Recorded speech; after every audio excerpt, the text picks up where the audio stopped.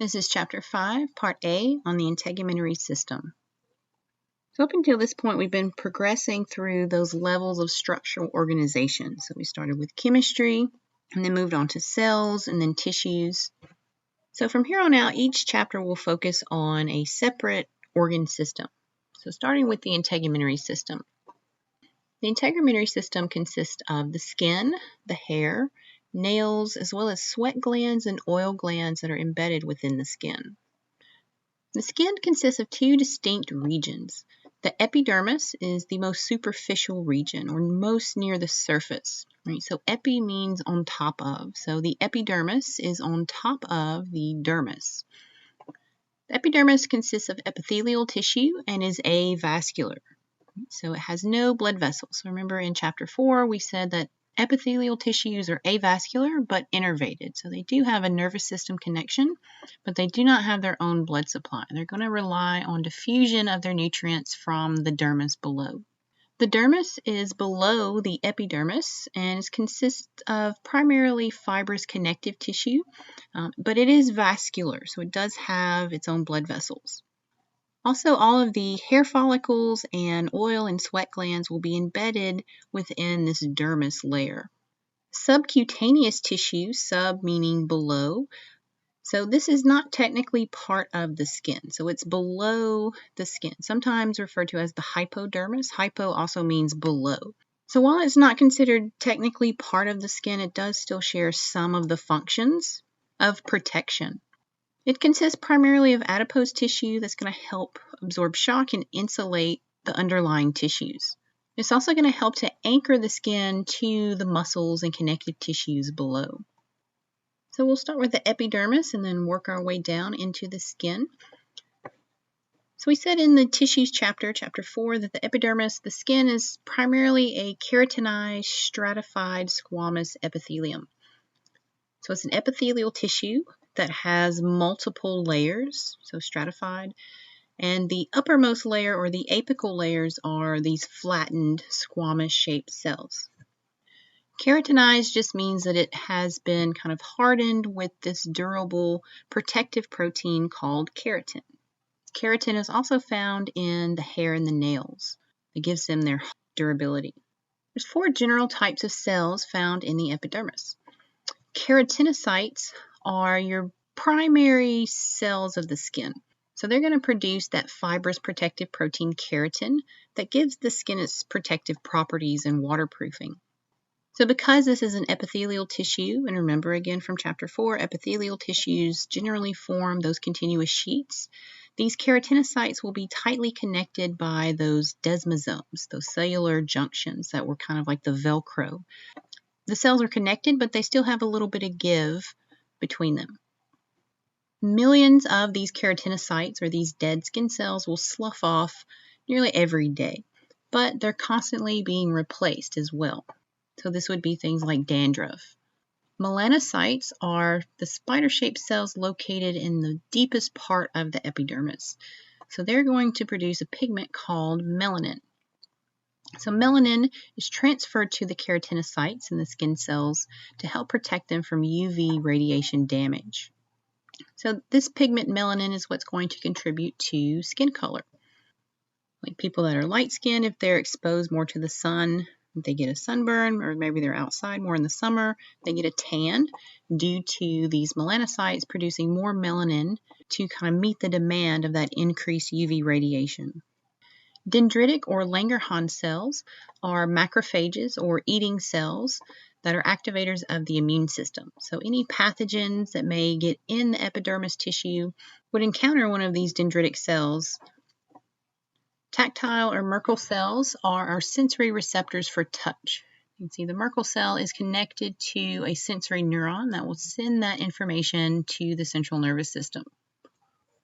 The epidermis is made up of 4 or 5 distinct layers, depending on where in the body we're looking at. So in your thick skin would contain 5 layers, or sometimes referred to as strata or a stratum. This 5th layer is found in your high abrasion areas, like the hand and the feet, where we would need a thicker skin to account for that increased abrasion. Pretty much everywhere else in the body is a thin skin that will only have 4 layers or strata.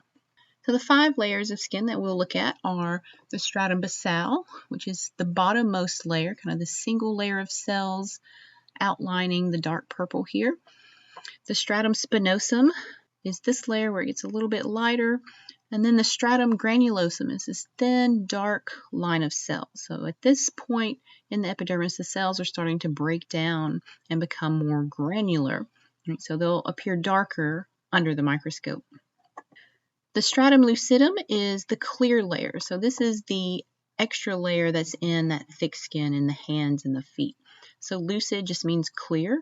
So this is a clear layer just for an extra added layer of protection.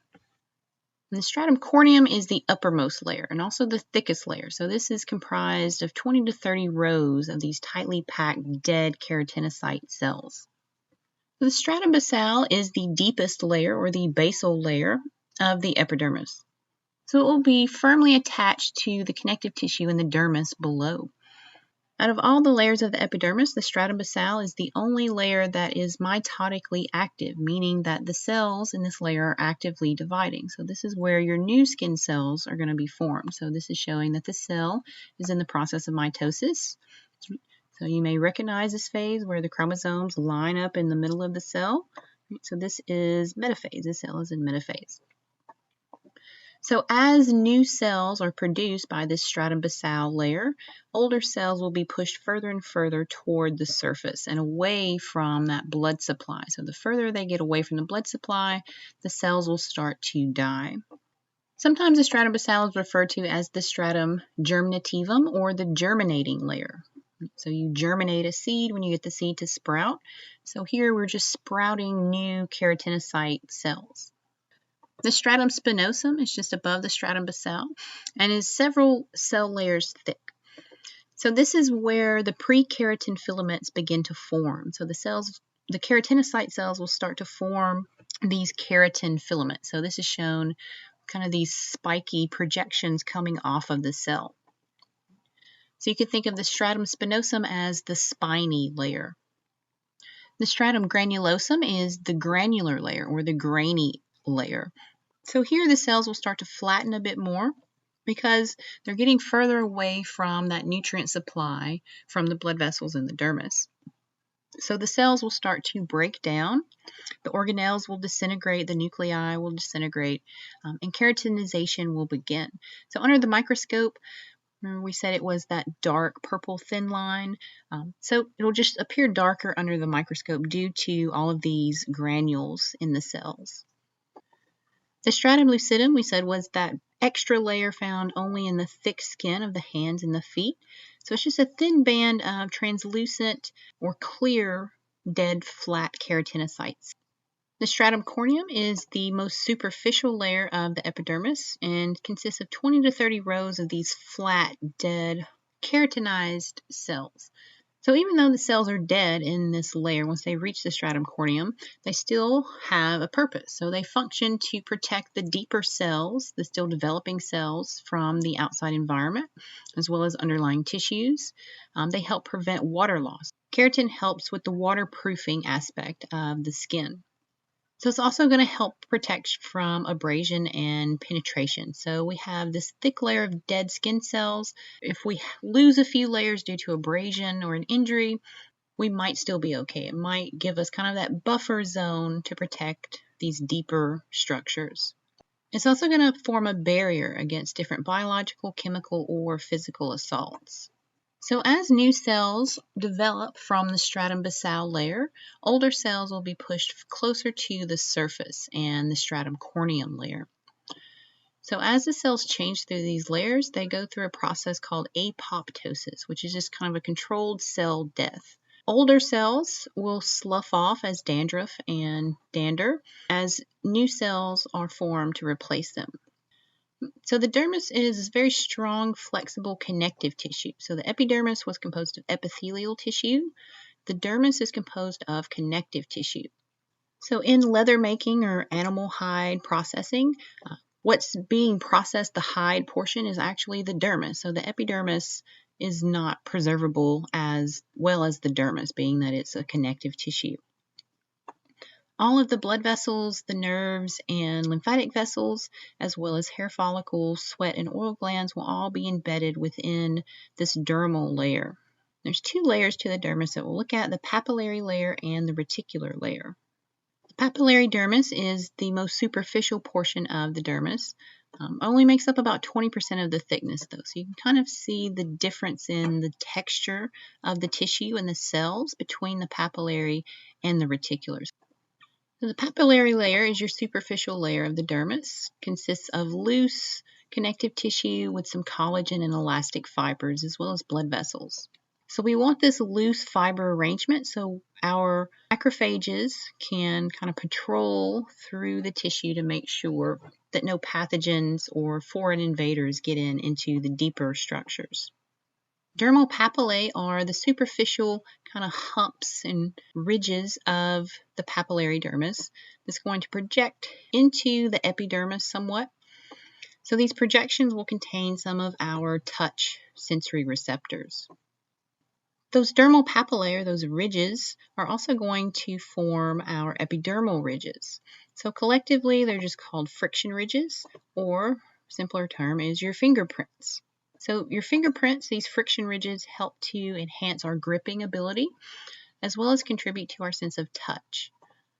So when you are in the tub or the pool for a while and your fingers start to get pruny, so that's just kind of increasing the sizes of your friction ridges to help increase your grip. So if you're in water, right, it'd be kind of slippery to grab onto something. So when your fingers get pruny, it's just to help increase your gripping ability. The reticular layer makes up the bulk of the dermal thickness, so about 80%. So it consists of more dense fibrous connective tissue with lots of elastic fibers, as well as collagen.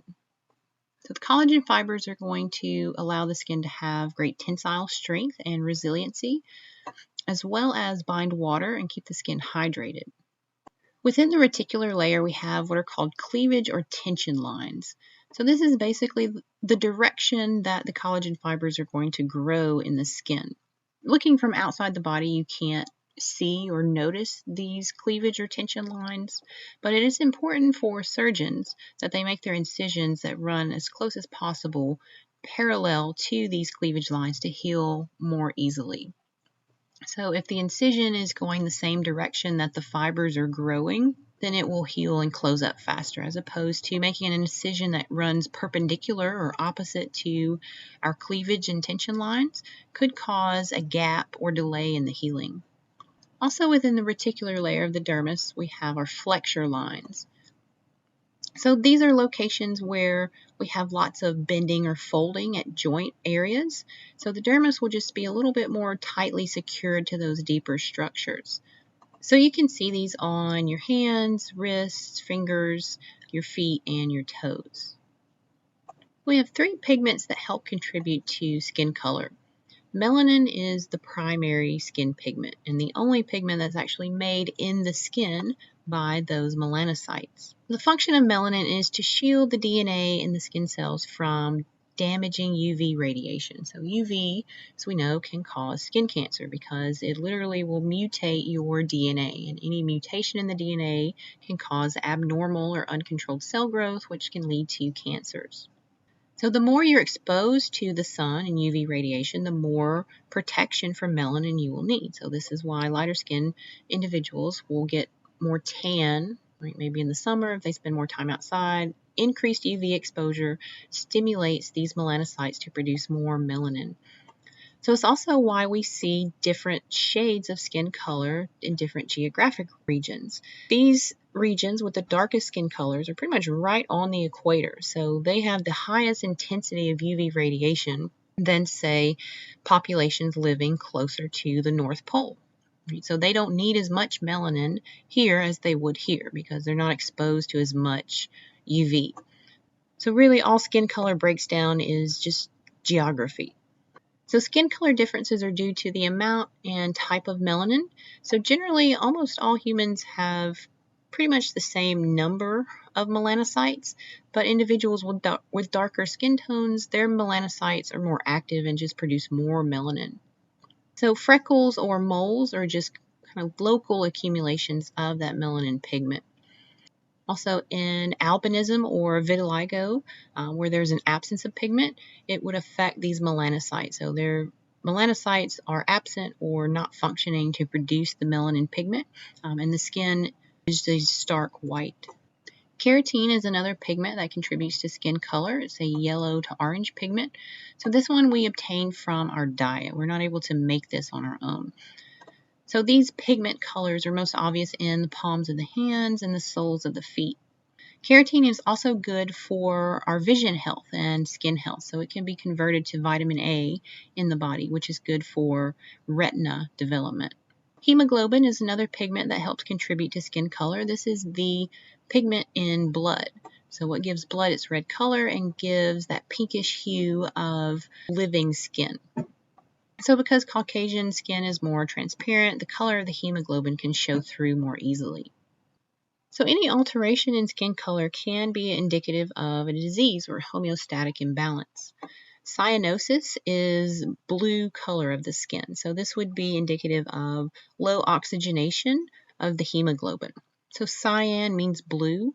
Right? So cyanosis or cyanotic would mean there's something going on with their oxygen levels. Pallor is blanching, where you basically lose all the color. So this can be caused by anemia, low blood pressure, fear, or anger. So like the expression, you look like you've seen a ghost, if their face is ghost white, caused by that pallor. Erythema is just redness. So maybe a flushing of the skin could be caused by fever, high blood pressure, maybe allergies, or inflammatory response. Jaundice is a yellowing of the skin and the eyes.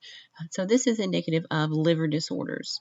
So the liver makes bile out of a pigment, a yellowish pigment called bilirubin. So if something's wrong with the liver, the excess bilirubin will just be released into the body, and that yellow pigment will then be absorbed in the skin.